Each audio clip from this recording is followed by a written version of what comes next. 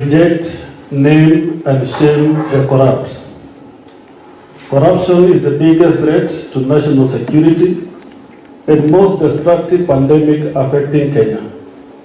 It is very unfortunate that every arm of the government, executive, legislature and judiciary, and even the independent commissions have been associated with corruption.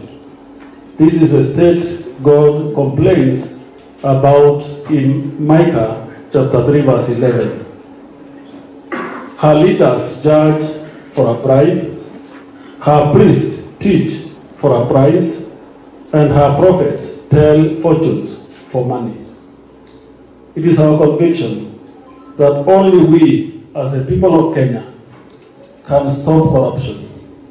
Let us end the culture of celebrating the corrupt and start shaming them instead. Let us build a culture of supporting and electing persons who manifest integrity. We encourage all of us as Kenyans to reject contributions by political leaders and their appointees, knowing that most of the money given is stolen taxes. We must stop celebrating whenever the president, members of parliament, governors, members of county assembly, and other political actors donate money whose source are not clear.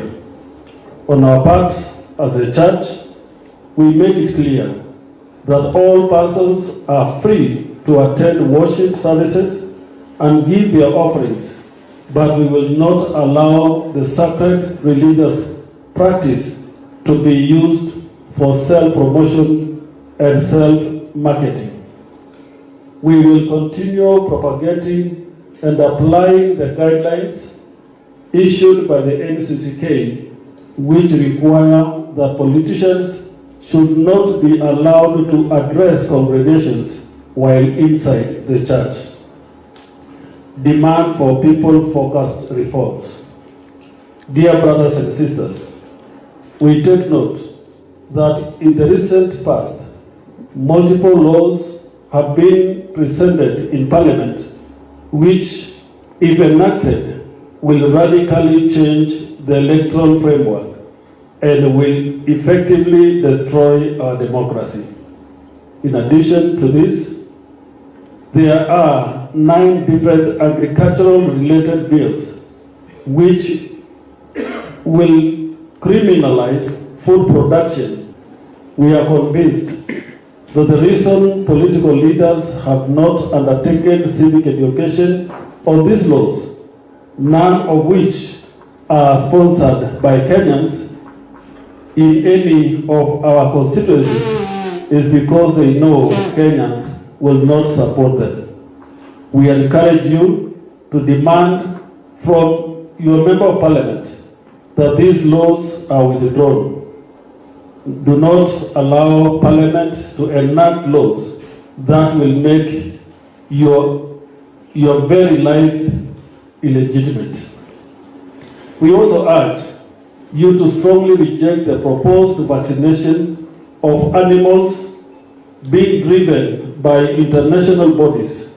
Make it clear to your member of parliament and members of county assemblies that we do not want Kenya to be a surrogate of international bodies. Especially make it clear that as Kenyans we have rejected genetically modified organisms, GMOs. Let us end violence and discrimination. Dear brothers and sisters, we appeal to you that we join hands in ending the rising cases of gender-based violence that is rising in our communities. Let us all endeavor to find peaceful ways of resolving conflicts and disagreements that include dialogue, mediation, and counseling.